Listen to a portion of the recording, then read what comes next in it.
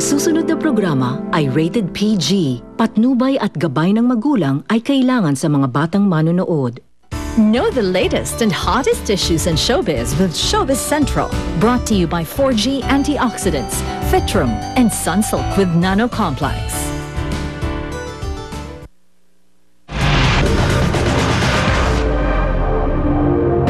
Kapuso nanguna sa mga binigyan ng parangal sa 8th Golden Screen TV Awards. Tuesday, nagningning ang mga kapuso sa star-studded event sa Teatrino Promenade, Green Hills. Out of 50 categories, ipinagkatiwala ng Entertainment Press Society Incorporated o NPress ang 23 awards sa personalities and programs ng GMA Network. Mula sa aktingan, masaya ako na, alam mo yun, importante pa rin talaga yung may talent kang ipapakita. Hindi pa ako nabibigyan ng parangal para sabihin na isa ako sa pool of, that like they say, great actors sa angka namin. So, tuwa naman ako at finally, I'm part of it. Salamat. Ang sarap lang ng feeling.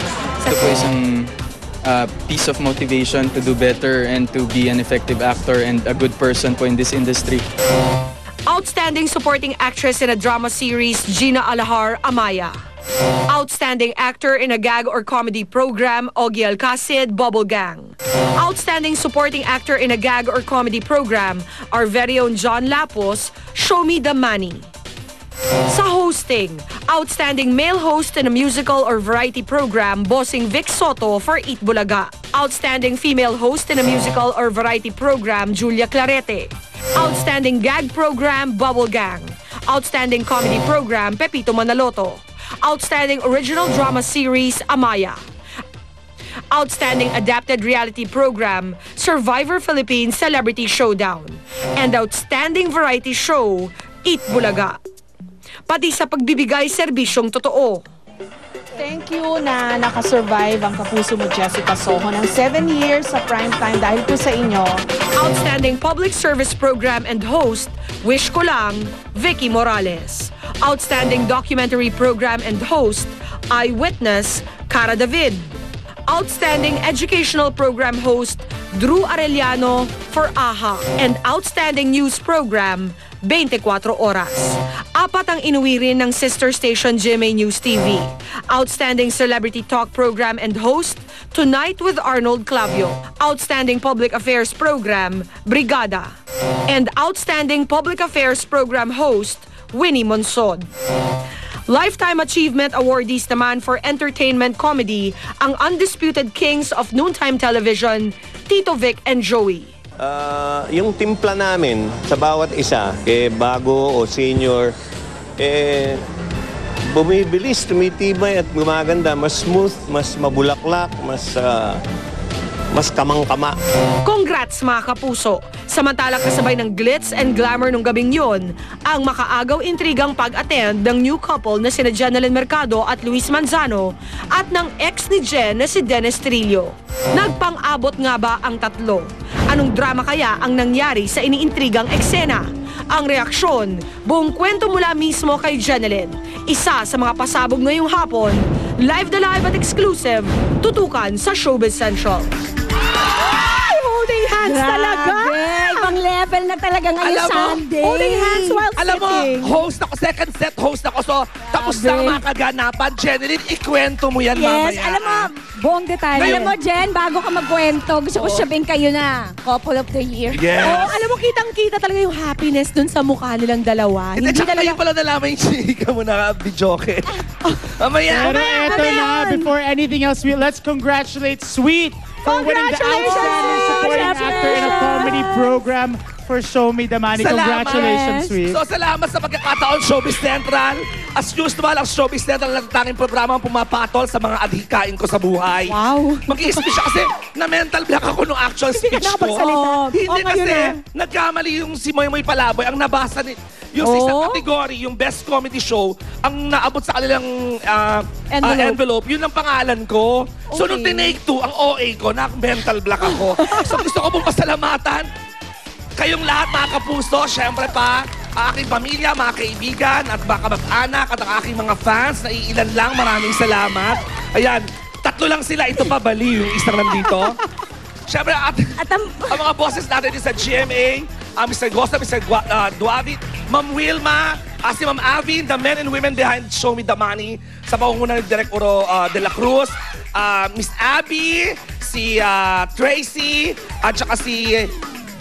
Ayan na naman, namimental. At saka yung boots mo, wag mo kayang kalimutan yung bago mong boots. Si Mean, nabubuo ng show. Si Ali. Oo, nasabi ko na. Sino bang Oo. Si Miss Si Army, ayun. At most especially, syempre, sa mga kasama ang cast ng Show Me the Money, sa pangunguna niya, Manny Pacquiao, and most especially kay Miss Marian Rivera na ginawang napakadali ang pagsuporta ko sa kanya sa programang yan. Yeah. There you go. So, para sa inyo po ito, mga kapuso, Sweet. maraming salamat sa N-Press, sa Golden Screen Awards na sila yung natatanging award-giving body na nagbibigay din ng awards sa mga supporting actors. First sitcom mo yun din dito sa GMA. Tama. And you made it, you won. At saka first acting award ko to for TV. Yes. Na ang N-Press na nagbigay ng first acting award ko last year naman for movies. O sige, ikaw na ang Achivera of the At year. ikaw na ang see-through. At ikaw nung may kitop. Fly to the highest level. Kiniginaw ka ba? Wala kaming masabi Maginaw sa ba? umuulan eh. Kaya, ayan. Maulan pa naman sa labas. Kaya kasi Gusto mo yan pumapagaspas talaga. Nilalamig kasi. Konti na lang. Ganda-ganda Malakas rin maka feeling. superhero. Oo nga. Tsaka Thank you, very, very blooming. Thank you. Ikaw mukha kang I great wonder goddess. why. Napansin nyo to, pag absent siya, the week after, may pasabog. Oo nga. And usually, sumasabog yung damit. O, batiin na rin natin ang Nakarating, kaya pasabog na lang ang damit. O, Peach, batiin na rin natin lahat ng mga nanonood sa atin, lalo na yung mga nanonood through GMA Pinoy TV. All over the world, sa mga GMA Pinoy TV subscribers sa buong mundo. Ngayon po, mapapanood nyo na ang Kapuso program sa Japan, Singapore, Hong Kong, Australia, New Zealand. Wow. At sa buong USA, kasama ng Hawaii at Guam sa Canada at sa buong Middle East. Sa pamamagitan lang po yan ng GMA Pinoy TV. Yes, we are now global, right?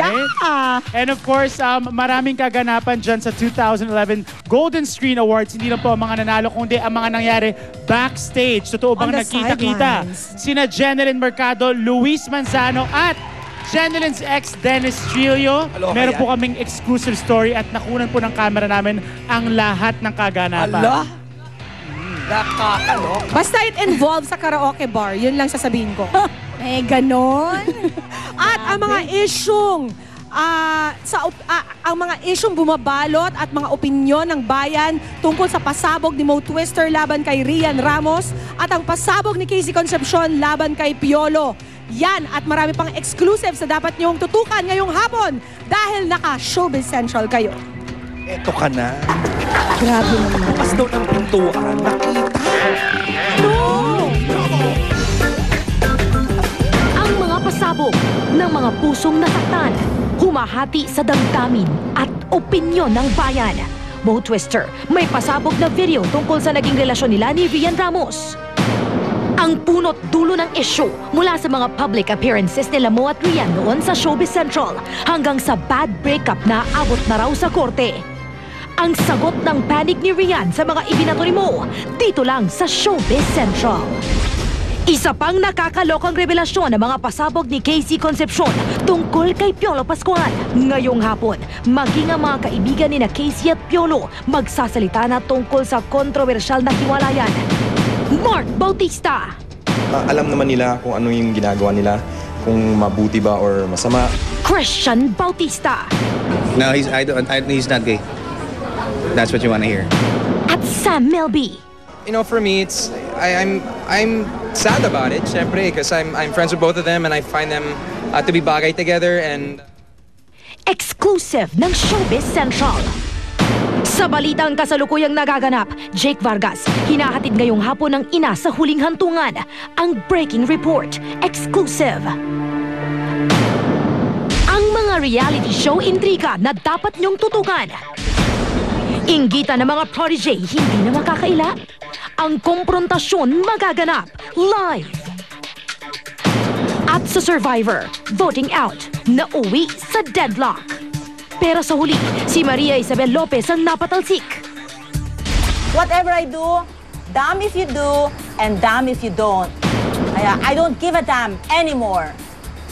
Sabay ahas o isang pinagdudahang kakampi. Masusubok sa Don't Lie to Me. Tutukan din ang nag-aalab na real-life courtroom drama.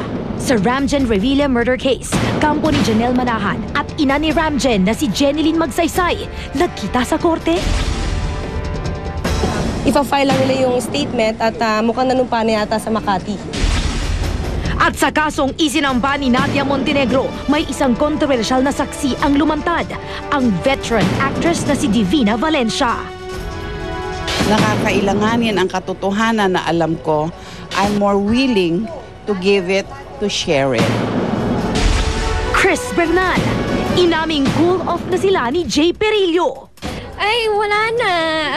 Ewan ko, siguro naawa siya sa akin.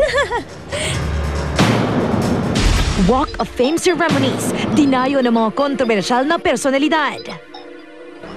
Oo naman, matagal na. Right after it happened. I don't know, it's such a surreal feeling. Sila at ang kanilang mga revelasyon, tutukan.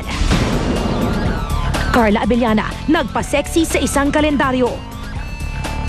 He took a minute to brace himself bago niya tingnan yung mga photos. Pero boyfriend niyang si Jeff Eigenman, umalma.